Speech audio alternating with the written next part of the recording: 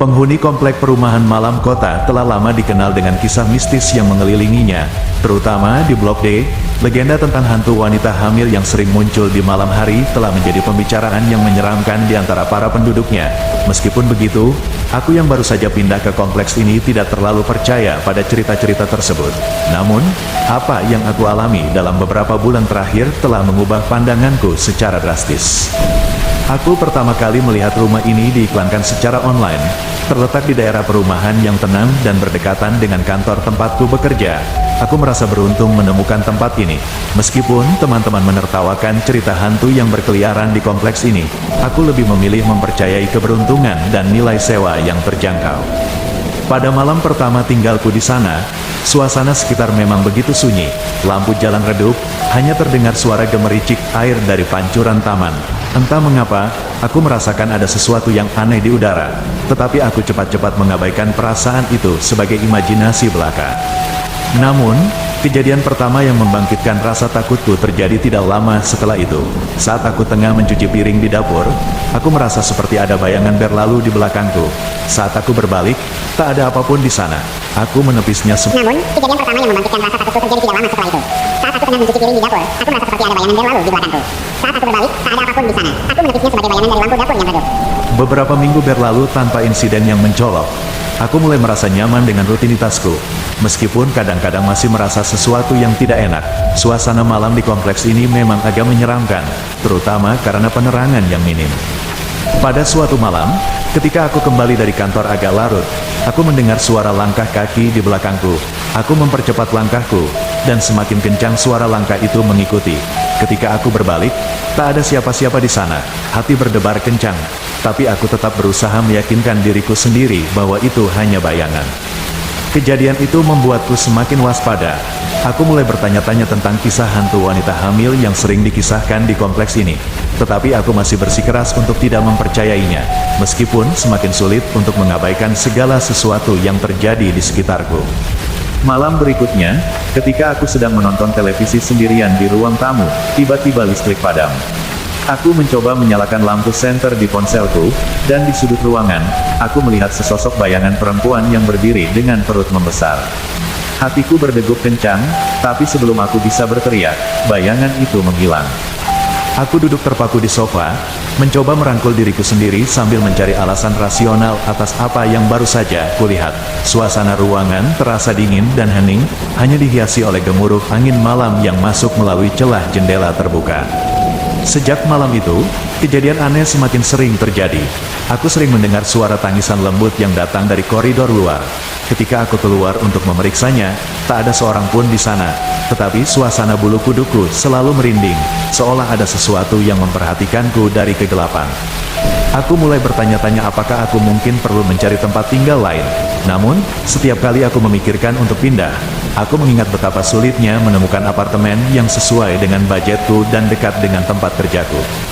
Pada suatu malam, aku bertemu dengan tetanggaku, Pak Budi, yang tinggal di lantai bawah. Dia adalah seorang pria parubaya yang tampaknya selalu tersenyum dan ramah. Ketika aku bercerita padanya tentang kejadian-kejadian yang menggangguku, dia hanya mengangguk dengan serius. "Pernah dengar tentang wanita hamil yang berjalan di malam hari?" tanya Pak Budi tiba-tiba. Aku menatapnya dengan penuh perhatian, seolah menunggu dia menceritakan kisah horor yang sama seperti yang sering ku dengar dari tetangga lain. "Ibu hamil itu," lanjut Pak Budi dengan suara serak, "dulu tinggal di sini, di rumah yang kini kosong di belakang kompleks. Katanya dia meninggal secara tragis saat melahirkan anak pertamanya. Dan sejak itu, katanya, dia sering muncul di malam hari, mencari anaknya yang hilang." Aku merinding mendengarnya. "Apakah kamu percaya akan cerita itu, Pak?" tanyaku ragu. Pak Budi menatapku sejenak sebelum menjawab. "Aku tidak tahu, Nak, tapi yang pasti, ada sesuatu yang tak beres di sini. Aku sendiri pernah merasakan kehadirannya." Setelah berbincang dengan Pak Budi, aku semakin yakin bahwa ada kekuatan gaib yang bermain di kompleks ini. Aku merasa tertekan, tapi di sisi lain, aku tidak bisa meninggalkan tempat ini begitu saja. Beberapa minggu berlalu tanpa kejadian berarti. Aku mencoba membatasi aktivitas malamku dan lebih sering pulang lebih awal. Namun, kehadiran bayangan itu terus menghantuiku, seperti mengingatkan bahwa aku tidak bisa melarikan diri begitu saja. Suatu malam, Aku terbangun dari tidurku oleh suara langkah kaki di atap. Aku memejamkan mata dan berdoa agar itu hanya imajinasi. Namun, suara langkah itu semakin dekat, membuatku semakin yakin bahwa ada sesuatu di atas sana. Aku meraih ponselku dan mengetik pesan singkat pada Pak Budi, yang tinggal di bawah.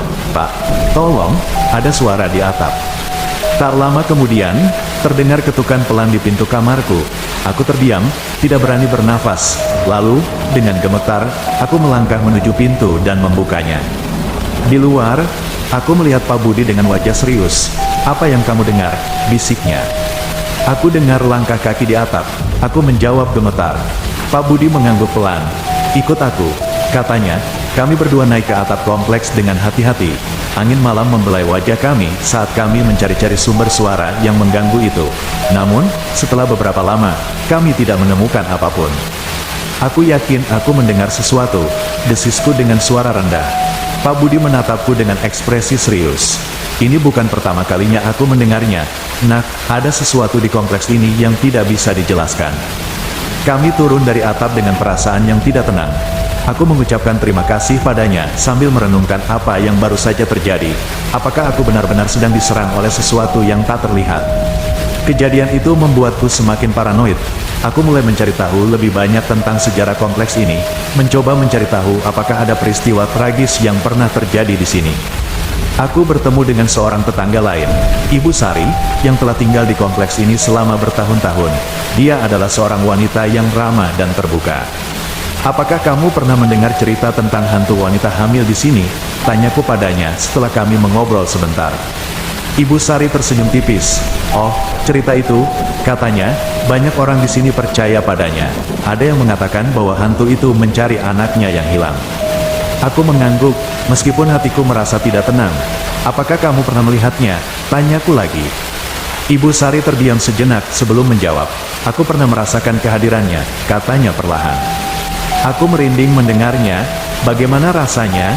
tanyaku penasaran. Ibu Sari menatapku dengan serius. "Dingin, seperti ada sesuatu yang tidak bisa dilihat, tapi hadir di sekitarmu." Setelah bertemu dengan Ibu Sari, aku semakin yakin bahwa ada kekuatan gaib yang menghuni kompleks ini. Aku tidak lagi bisa mengabaikan perasaan aneh yang sering muncul di dalam diriku. Suatu malam, aku mendengar suara tangisan bayi di koridor luar. Tangisannya terdengar putus asa dan penuh kesedihan. Aku merasa tertarik dan terganggu secara emosional. Tanpa berpikir panjang, aku keluar dari apartemenku dan mengikuti suara itu. Aku berjalan melewati koridor yang gelap, mencari sumber suara tangisan itu. Namun, semakin aku mendekat, suara itu semakin mereda. Hingga akhirnya, aku tidak bisa mendengarnya lagi. Aku berdiri di tengah koridor yang sunyi, dihantui oleh rasa bersalah karena mengikuti sesuatu yang seharusnya tidak kulakukan. Suasana di sekitarku terasa semakin gelap dan mencekam. Tiba-tiba, aku melihat bayangan perempuan hamil di ujung koridor. Dia berdiri di sana dengan ekspresi sedih dan tatapan hampa. Hatiku berdebar kencang, tapi aku tidak bisa bergerak.